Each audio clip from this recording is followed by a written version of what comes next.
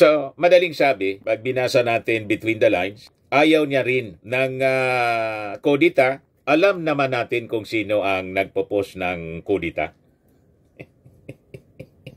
So, hindi siya pabor. So, kahit sinabi niya mga kababayan, I am independent, mababasa natin sa kanyang mga pananalita. He is inclined to convict Sara Duterte. Bakit po? Angkos po ng gulo, ng instability. That could affect our economy. Ang panggugulo po ng mga Duterte. Gets nyo?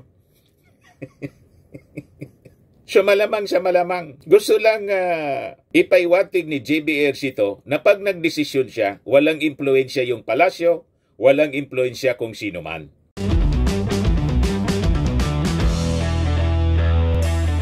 Ito naman po yung bago naming product na binibenta online.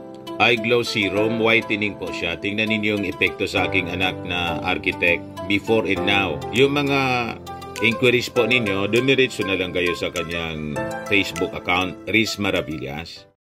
So after mga kababayan, na i-file kahapon ang second impeachment laban kay Sara Duterte, ilang mga senador ang nagsalita na. Hindi man sinunod si Senate President Chis Escudero na huwag magkomento. Sabi ko sa inyo, yan ang mga senador. Kanya-kanyang galing. 23 na lang pala. Independent Republic po ang mga senador. May kanya-kanya silang, sabi dito sa amin, urag. May kanya-kanyang galing. So, kanya-kanya silang pasiklab.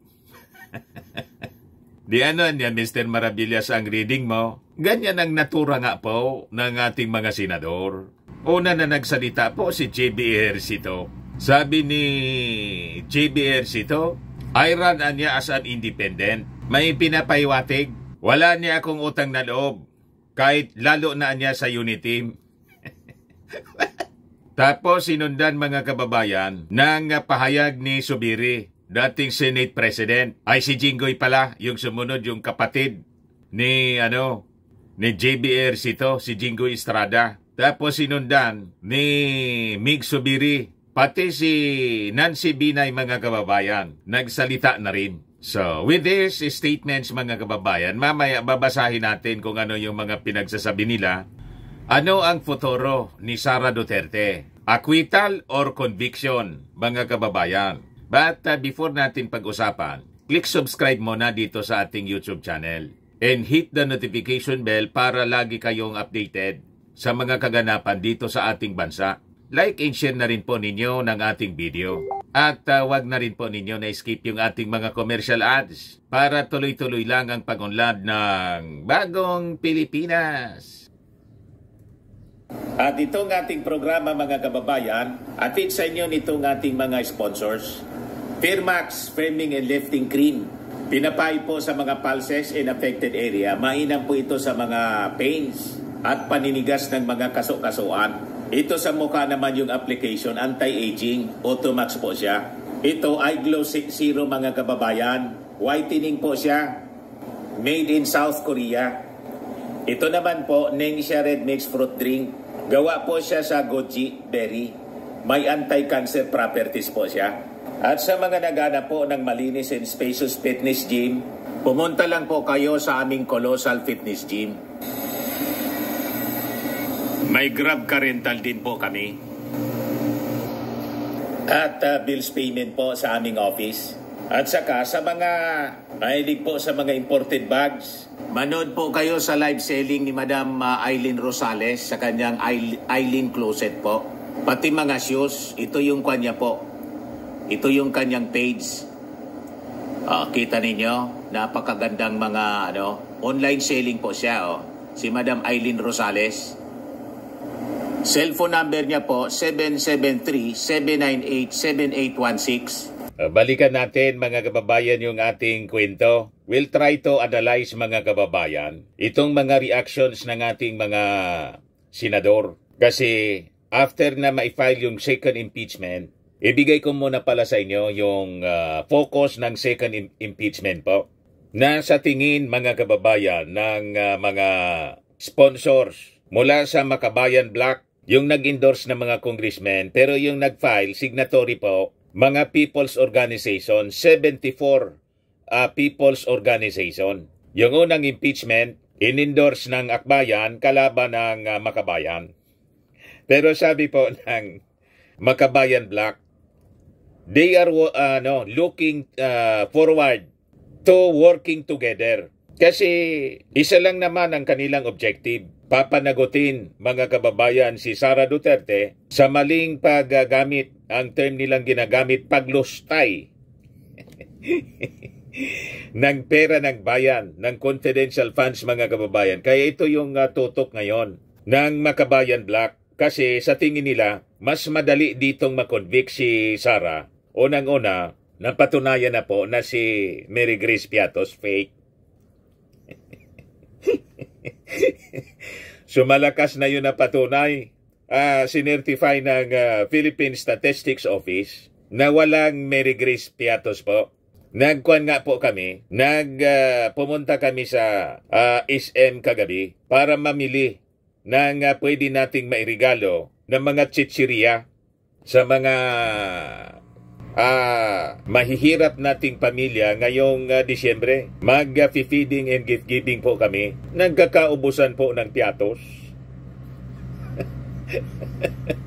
Nakatulong po yung congressional investigation. Buminta yung piatos po. Na-promote. Kawan niya talaga, Mr. Maravillas. Ayun naman talaga po. Sumikat yung nakasaka yung restaurant na Mary Grace, tapos yung chichiriyang piatos, nagkakaubusan ngayon. Kaya yung nabili namin, yung bags ng cheese bag ng Oishi. Pero halo-halo din po yon. Hindi man lahat Oishi. Baka may piatos din sa loob. Hindi ko man binuksan. Malaki po, mga ganyan, 100 yung bawat bit-bit na bag. But anyway, mapalayo tayo ng ating discussion mga kababayan. Ito siya. Second complaint presses BP on 125 million spent in 11 days. Sa tingin kasi po ng mga sponsors nitong second impeachment, mas madali na makonvict dito si Sara Duterte. Kasi kitang-kita po yung ebidensya, yung corruption and betrayal of public trust, mga kababayan ang tutok nila. At pag yung mga senador na naglalaro ngayon, yung mga perceived allies ni Sara Duterte, inacquit despite ng kitang-kitang ebidensya, it will be a kiss of death sa kanilang political career. Tama pa, isusumpa sila ng ating mga mamamayang Filipino. That will be the end ng kanilang political career. Malamang mga talo sila sa eleksyon. Pag pumabor sila for acquittal, kumampi sila kay Sara Duterte. Yun ang risk ng mga senador, mga kababayan na boboto for acquittal. Pero pag conviction po, panalo sila. Di ba? Unang-una, kitang-kita po na wala ng support yung mga Duterte. Walang pumunta po sa It's a Shrine. 200 lang, hindi na nadagdagan. At sa sama, mga kababayan, ng pag-ugali ng mga Duterte, lalo na po ni Sara Duterte na openly trinated yung ating Pangulong Bongbong na papatayin niya. Una, tatanggalan ng ulo. Ipapahukay yung bangkay ng tatay ng ating Pangulo. Tapos nagbanta. That's the worst. Nagbanta na ipa-assassinate yung ating Pangulong Bongbong, si Lisa, tapos si Martin Romualdez. Malamang madisgrasya sila sa politika, mga kababayan. Kasi lalabas, they're siding with, with a criminal, minded politiko and a person with mental instability and a constant threat, mga kababayan, to the presidency and the national security. Kasi po, kilala ang mga Duterte na kaalyado ng China na patuloy na nambubuli, mga kababayan, sa atin dito sa West Philippine Sea. Talo sila. Di ba? Iisipin ng ating mga mamamayang Pilipino, they're enabler of corruption and abuses in government. Tama ba? Chinikmate mo na niya, Mr. Maravillas, yung mga senador na nag-iisip na kumampi kay Sara. kahit hindi ko po sabihin, yun ang iisipin ng ating mga mamamayang Filipino. Pag nag-side sila kay Sara Duterte, enabler sila ng mga pinagagawa ni Sara. Di ba? Ibig sabihin, approve nila yung mga pinagagawa ni Sara. Tapos ang kanilang political ambition pa ganyan. Si Sara po, inabandon na ng 32 million voters. You see? So, balikan natin mga kababayan itong kwento. So, piatos ang totok ng impeachment po. So, sabi dyan sa report ng Inquirer, accusing Vice President Sara Duterte of committing what they describe as the highest form of treachery through betrayal of public trust by misusing and abusing confidential funds amounting to 612.5 million, 74 members of progressive groups filed the second impeachment complaint against her on Wednesday. The core of their complaint was her 11-day spending spree of 125 million of the secret funds allocated to the office of the Vice President in December 2022. Isa sa mga complainant, si dating bayan mo na Representative Nery Colmenares, nagsabi in a news conference kahapon that they focus on betrayal on public trust daw. One of the 6 grounds for impeachment under the 1987 Constitution sa kanilang 45-page complaint dahil it's all encompassing niya. And for us, would be the fastest way to resolve the case. Ito yung pinakang madali. Kasi kitang-kita talaga po. Corruption po, ang pagwaldas ng pondo ng bayan is betrayal. Pagtataksil sa tiwalang ibinigay ng ating mamamayan kay Sara Duterte. Di ba pinili natin siya na maging vice presidente para tumulong sa ating Pangulo? Kaya nga siya binigyan ng napakalaking pondo. Hindi man siya sinabihan ng ating Pangulo nang bigyan siya ng budget. O ito, waldasin mo.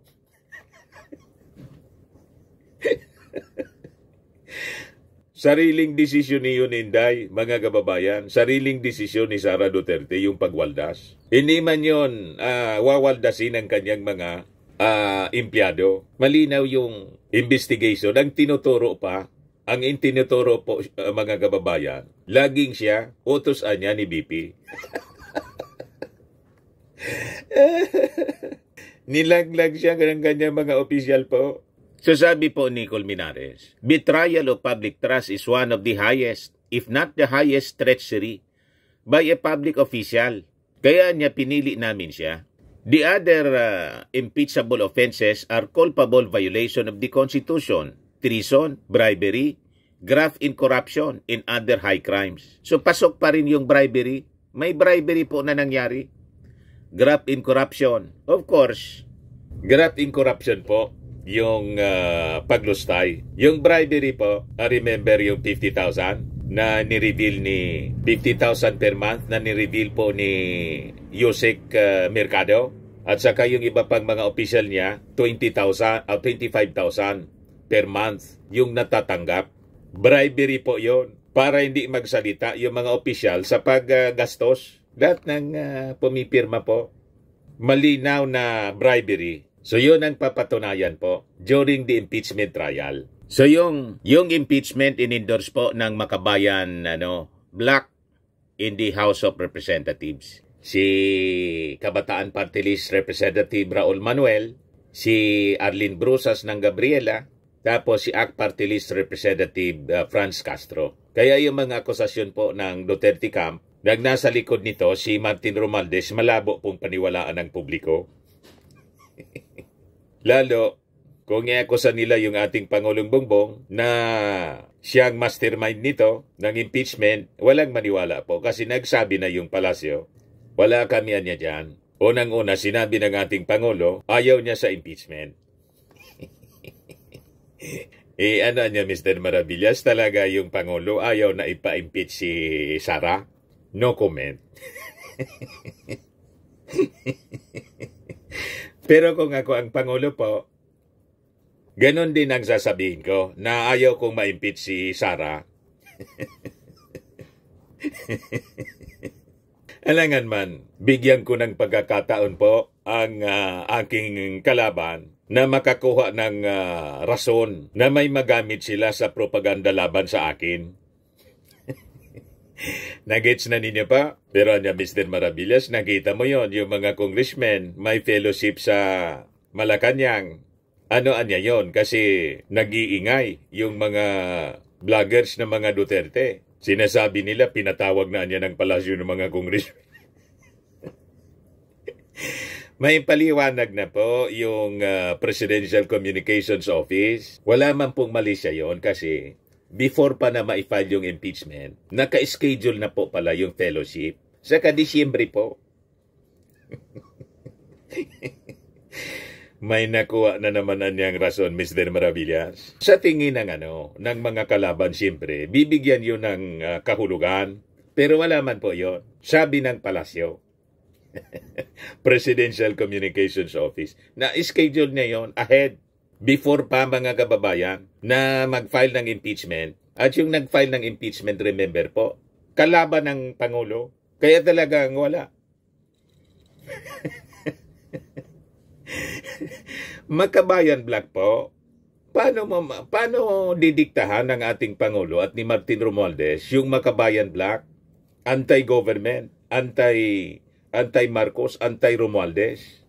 Kaya wala pong walang maniniwala sa mga pinagsasabi ng mga Duterte na ang nasa likod ng impeachment po yung ating Pangulo at si Martin. Ganon katalino ang ating Pangulo at si Martin Romualdez ang susunod na Pangulo. Yan ang sinasabi ni Sara Duterte at mga DDS na gustong magpangulo si Martin Romualdez. Baka yung mga sinasabi po ninyo mangyari. Pinatawag na hindi pala pinatawag. Nag-courtesy call yung mga general.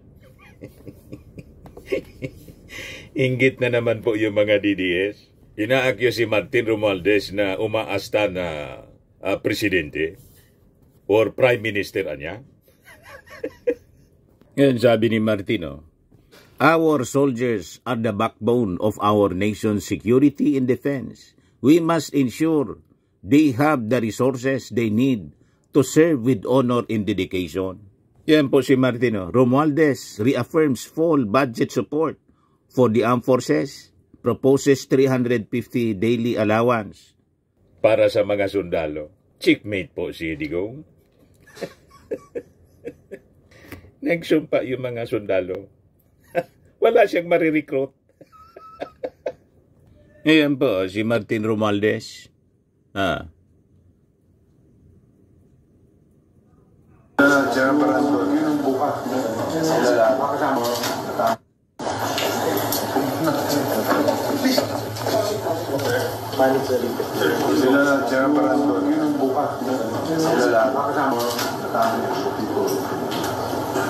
So we will move for the increase of the soldiers daily subsistence allowance from 150 pesos. We think President that the troops that you to come to see us here I'm very grateful. Ayos po, 17 generals ng armed forces nagsumpa. Walang marirecruit po ang kampo ni Digong. Sino man na nasa tamang pag-iisip na Armed Forces of the Philippines official ang sasama kay Digong po at kay Inday na openly binabantaan yung Commander-in-Chief. Tama po? Walang ganyan. Walang military officer ang sasama po sa kanya. O ngayon, yung security official ni Inday na involved sa pagtanggap ng pera, iniimbestiga na rin po. Sila Chika at yung isa pa. O diba?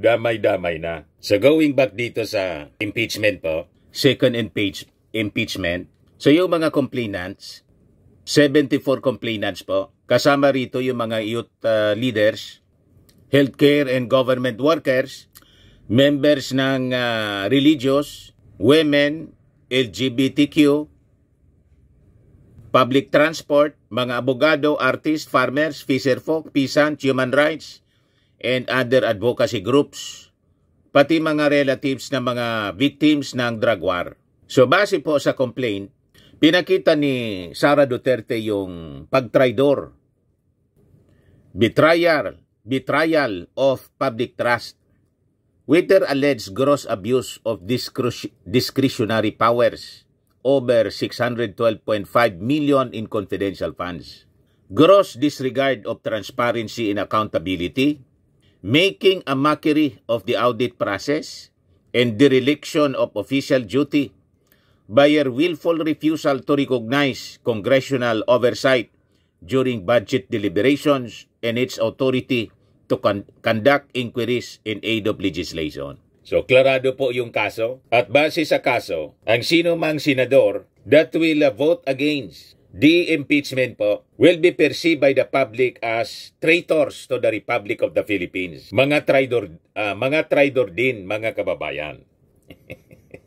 Tama po. Kaya checkmate po yung mga senador. Kaya itong pagpalag nila, pagsasalita ngayon, may analysis po ako kung anong ibig sabihin yan. Mamaya po, matapos nating i-present itong balita. So sabi dito, the kernel of public betrayal was the complete disbursement of OBP's confidential funds of 125 million pesos in just 11 days. From December 20 to December 31, 2022, or more than 11.3 million pesos of people's money a day. Napag-alaman ng COA that the OBP submitted deficient acknowledgement receipts and other documents to justify the expenditure of about 73 million pesos, issuing a notice of disallowance for more than half of the total amount of that year's confidential funds. Malinaw po yan na na-establish ng congressional hearing ng committee po ni Joel Chua. Kaya pag bumoto po ng pabor kay Inday, kay Sara Duterte yung mga senador for acquittal po, damay sila sa sumpa. Damay sila sa sumpa ng publiko. Kaya malamang itong mga statements na pinalalabas ng mga senador po, may ibig sabihin po yon. May pahiwatig lang. Tama po yung reading natin? So sabi dyan, in addition, the complaint cited the unexplained disbursement of the OBP's 375 million pesos na confidential funds and DepEd's 112.5 million pesos both in the first 3 quarters ng taon 2023, as well as Duterte's reluctance to account for them during a House inquiry. Sabi ng mga complainants, ang ating konstitusyon niya does not permit such cynical disregard for public trust. It does not allow the Vice President to treat public funds as a personal war chest while stonewalling all attempts at oversight. Sabi po ni Makabayan Deputy Minority Leader Franz Castro, the allegedly fabricated acknowledgement receipts and accomplishment reports in the OBP's justification for spending its 2022 confidential funds as evidence against Duterte. This is enough reason to say that Duterte is not worthy of our trust. She is not worthy of the people's trust, sabi po ni Castro. That's also one reason we focus our complaint on betrayal of public trust, sabi po niya. The complainants also cited her 2 separate press conferences in October, when she said she imagined herself beheading the president, and in November, when she said she had contracted someone to assassinate Marcos, First Lady Lisa Marcos, Araneta Marcos, and Speaker Martin Romualdez, if an alleged plot to kill her succeeds. So malinaw po ang reklamo sa impeachment case. At sabi natin, pag inakwit ng mga senador si Sara Duterte, magbabackfire po ito sa kanila. So mag-iisip ngayon ang mga senador kung saan sila papanig, sa tama o sa mali. Kasi nakataya po yung kanilang future dito. Tatamaan sila dito mga kababayan. Siyempre, yung ating mga senador, mga politiko yan, ayaw nilang mangyari ang ganon. Iisipin nila palagi yung kanila din na survival sa politika. Kasi yan ang hanap buhay nila eh. Nabuhay na sila sa politika. Alangan man masira lang yung kanilang karir dahil sa pagkampi kay Sara Duterte na is not worthy na kampihan. Although dati silang mga kaalyado, ganyan naman ang mga ugali ng mga politiko. Kanya-kanyang salba ng sarili. Kaya po mga kababayan, itong mga reactions ng mga senador, duda po tayo. Parang may mga pinapahiwatig sila. Basahin muna natin po at analyze ang kanilang mga statements. Ang unang nag-react mga kababayan, si JB Ejercito. Sabi ni JB Ejercito, I ran as an independent. Wala akong utang na loob lalo na sa unit team. In fact, I was booted out of the lineup when they joined forces. My debt of gratitude belongs to the Filipino people and no one else. I am just sad with all the beckerings happening that it is affecting the economy, the investors' confidence in the major issues that need our immediate attention. Been pushing and focusing on massive infra development, universal healthcare, housing, armed forces modernization, etc. All this will be severely affected. That is my point. If indeed impeachment poses true, hopefully it does not take long so we can go back to work and focus on our problems. All the more, I am not in favor of ako as it will cause political instability in the long run. We need to focus and get down to business as we need a lot of catching up to do. Ang dami pa nating problema at mga bagay na kailangang tutukan at ayusin. Hindi nakakatulong ang kaguluhan at bangayan sa politika. Trabaho lang po ang focus ko at hindi ang makisali sa bangayan sa taas. Papogi siyempre si JB Ejercito. Re-electionist po eh. O ngayon, ano ang take natin? Ano ang basa natin sa kanyang statement? Kung ako po ang tatanungin po ninyo, ang basa ko po, may pinapahiwatig si JB Ejercito na hindi pwede na basta na lang. At sabi niya, ayaw niya sa political instability. Pero alam naman niya po, at alam ng ating mga mamamayang Pilipino, ang cause ng political instability po, yung mga Duterte. Gets ninyo ba? At sabi niya, kung matutuloy ito, maipasa sa Senado for the impeachment trial, siyempre, gusto niya madalian lang. So I think may desisyon na, mga kababayan. May naisip na kung saan siya papanig. Kasi ayaw niya, mga kababayan, na madrag pa ng matagal. Kasi it will not help our economy. Magkakagulo lang. So, dapat desisyonan agad-agad. Yan sabi niya. If indeed impeachment poses true, hopefully it does not take long so we can go back to work and focus on our problems. And sabi niya, mga kababayan, all the more I am not in favor of ako as it will cause political instability in the long run. So, madaling sabi, pag binasa natin between the lines, ayaw niya rin ng kudita. Alam naman natin kung sino ang nagpo-post ng kudita. So, hindi siya pabor. So, kahit sinabi niya, mga kababayan, I am independent, mababasa natin sa kanyang mga pananalita.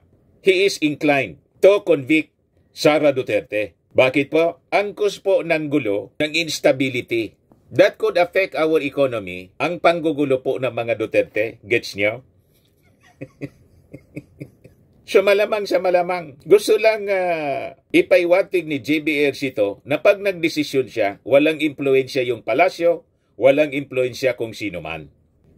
Iyan ang desisyon niya kasi he is for the stability of our country, pagsulong ng ating bansa, interes ng mga mamamayang Pilipino. O di lalo siyang pumugi.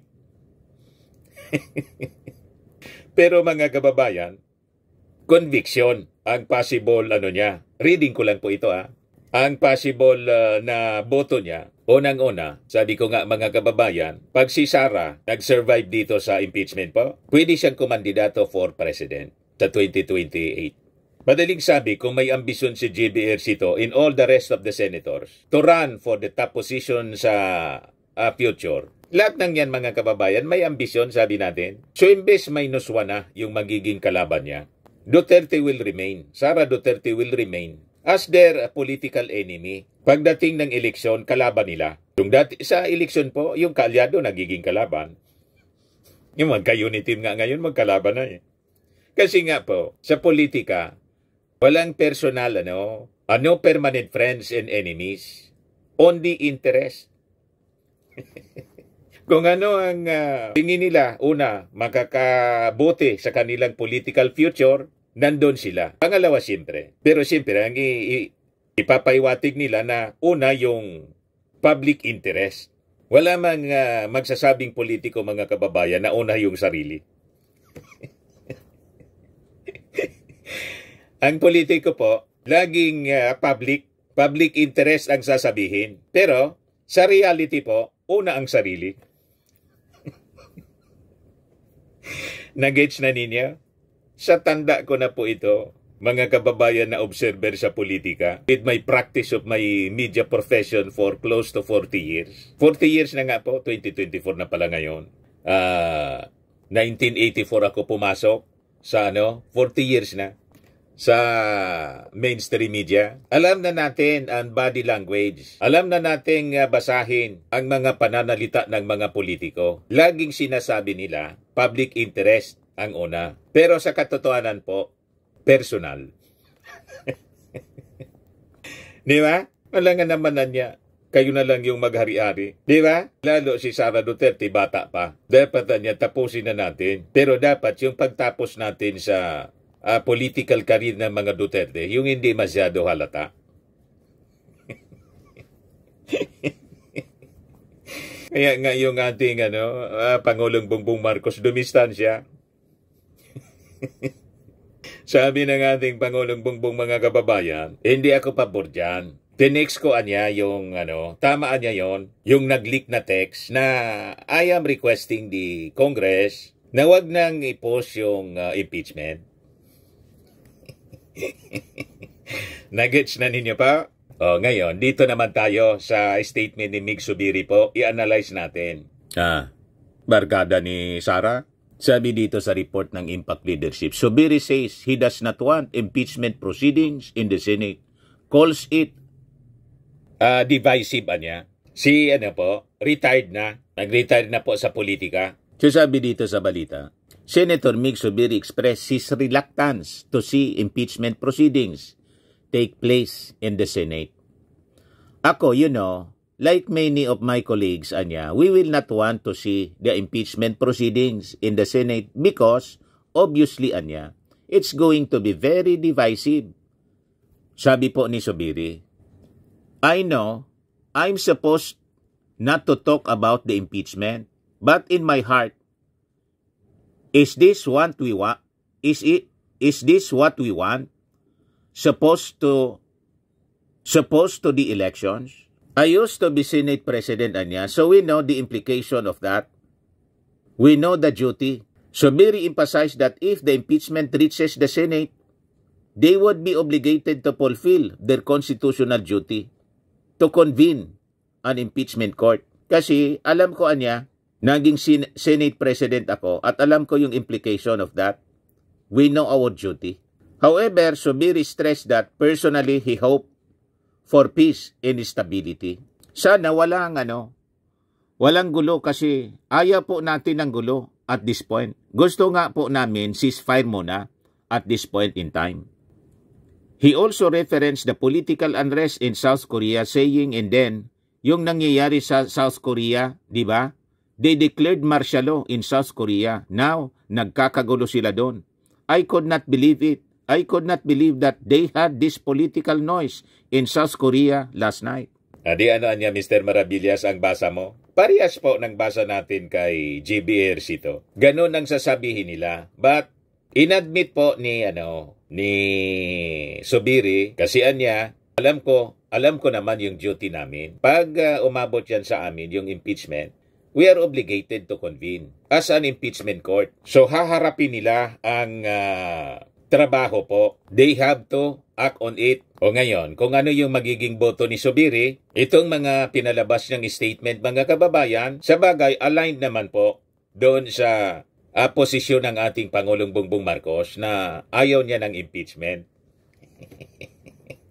O ngayon, on the other hand, itong mga statements na to, ang reading natin ay parang pasabi na ito anya yung posisyon namin, ang gustoan niyang may interest niya sa kasong ito, sa impeachment, either si Digong or si Inday or yung interesado na matanggal si Sara Duterte as Vice President, dapat anya na alangan man boboto kami ng pabor or kontra, wala man lang makikiusap sa amin.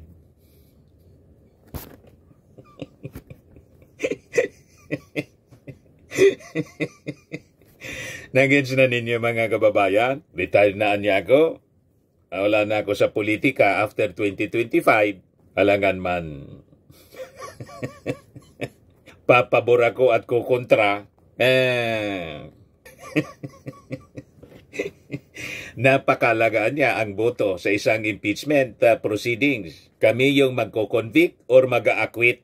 Alangan man niya. Wala man lang tatawag. Pa-retire na ako Ano niya, Mr. Maravillas, ang ibig mong sabihin? Basta yun na yun. Alam na yan ng mga politiko at mga malalapit sa politiko. Di ba pa, mga kababayan? Ikaw talaga niya, Mr. Maravillas, parang may mali siya yung mga statements mo. Wala man po? Sabi ko sa inyo, 40 years na ako sa mainstream media. Alam ko na ang galawan ng mga politiko. Kasi kasama ko ang mga politiko po.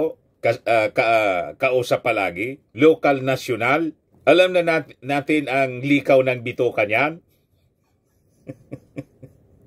Minsan ang oo, hindi. Ang hindi, oo. Ganyan ang mga ugali ng mga politiko. Kanya-kanya nga pong interes sila. Kung ano yung pakinabang. Una, sabi nila, pakinabang niya ng bansa. Hindi man nilang sasabihin na, paano naman kami? Paano ako? Boboto ako for acquittal. Ano pakinabang ko? Boboto ako pabor. Ano pakinabang? Wala man lang dyan na assurance na pwede akong humawak ng posisyon uli sa gobyerno? Ma-appoint?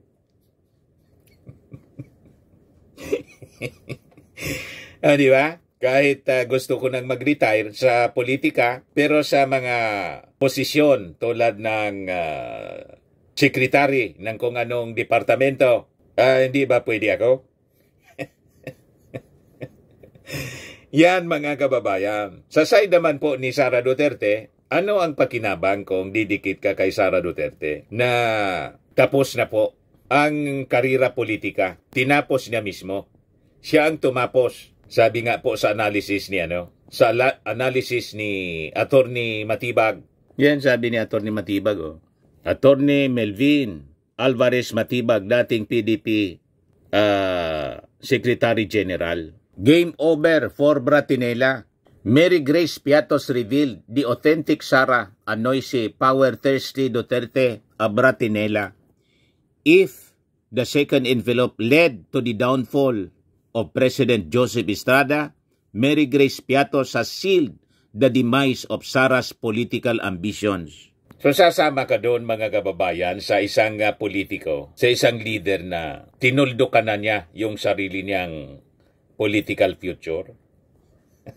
Tinapos na niya dahil sa kanyang sariling kagagawan. Di ba hindi? Siyempre, didistansya ka. Madamay pa niya tayo. Ano man ang pakinabang natin niya dyan? Pag dumikit tayo dyan, baka magalit yung mga mamamayang Pilipino. Di na tayo iboto.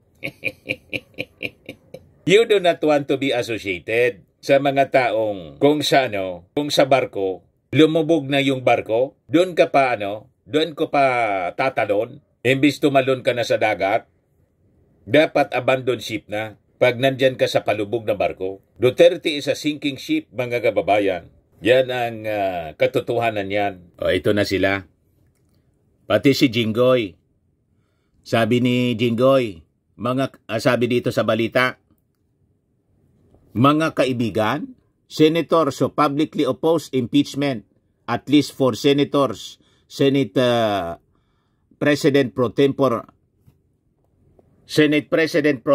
Jinggoy Estrada, Senator Nancy Binay, Senator J.B. Ercito, and Senate President Mig Zubiri have publicly opposed the impeachment proceedings. So sabi ni Jinggoy, impeachment will not only sow divisiveness and distract us from the urgent and pressing issues we must collectively address. Itong dalawa, si JB tapos si Migs, nabasa na natin. Ito si Nancy Binay. Sabi ni Nancy Binay, hindi makakatulong sa bansa natin itong usaping impeachment. Sana hindi pa din matuloy ngayon, sabi po ni Nancy Binay. Si Nancy Binay is running for Makati City Mayor. Kailangan niya yung backup ng national government, siyempre, kahit papano. Once halimbawa siya, nanalo as mayor ng Makati, mas maganda na may kaalyado sa national government. Tingin ninyo, kakampi kay Sara Duterte? Or kakampi, mga kababayan, sa tama? Pag kumampi siya sa tama, gaganda yung kanyang pangalan, babango. Hindi lang sa publiko, pati sa mga those in power. Tama pa? Although sabi ng ating Pangulo, tulad ng sinasabi nila ngayon, they're not in favor sa impeachment. So nagets na ninyo, mga kababayan? Kaya ako po, ang personal reading natin, analysis, sa mga statements na to ng mga senador, after na ma-file yung second impeachment complaint, ang aking reading po, itong mga senador na to, nagpaparamdam lang. Nagpaparamdam lang. Nandito anya kami. Kailangan na ninyo ang boto namin, whether pabor or kontra. Basta kami anya. Uunahin namin ang interes ng bayan. Nang ibig sabihin po ng statement na yon, cover lang yon. Ang katotohanan, alam nga naman, paano namin anya mapaglilingkuran yung bayan kung wala na kami sa politika? Tama ba? Kung masisira yung aming pangalan, ang aming pagkatao, halimbawa, inakwit namin si Sara Duterte na kinamumuhi na ng ating mga mamamayang Pilipino, alam nga naman na niya. Political survival ng bawat isa. Madaling sabi, mga kababayan. Tama po yung ating mga analysis? Sa mga naghanap ng malinis and spacious fitness gym, pumunta lang po kayo sa aming Colossal Fitness Gym. We also offer Grab Car Rental with our brand new 2023 model ng Toyota Innova. We also accept booking for those who are planning to travel via PAL, Cebu Pacific, and other airline companies, local and international, and bills payment for Meralco Bills, PLDT, Aleco Bills, etc. Ang Colossal Fitness Gym is located at 3rd floor Security Bank Building, Landco Business Park, Legazpi City, Albay. For inquiries, look for Chilon Maravillas. Contact number 0966-802-0949. Yan yung aming Innova. Lagi na pong matao sa amin. Pati mga foreigners po, tingnan ninyo. Mga British tourists sila. Ang lalaki ng katawan na, mga kababayan, nag-gym sa amin. Ito naman po, Indian National. Ito mga mga European sila. Ito naman yung bago naming product na binibenta online, iGlow Serum. Whitening po siya galing sa South Korea. Tingnan ninyo yung epekto sa aking anak na architect entrepreneur, Riz Maravillas. For inquiries, look for Riz Maravillas on FB. Ito naman po, Firmax Framing and Lifting Cream. Pinapahid po ito sa mga pulses and affected area. Mainam po ito sa mga pains at paninigas na mga kaso-kasuan. Ito po, Automax Radiant Serum. Sa mukha naman yung application. Anti-aging po siya. You will look 10 years younger than your age. Sa mga cancer patients naman po, baka lang gusto niyo itong itry. Nengxia Red Mixed Fruit Drink. Hindi man po siya gamot, food supplement siya. Kaya lang, gawa siya mga kababayan sa goji berry. Yung goji berry may anti-cancer properties. Yung mga inquiries ninyo, dumiretso na lang kayo sa aming messenger sa Facebook para masagot namin agad. Ayos po, ako po si Dante Maravillas. Bye-bye. God bless.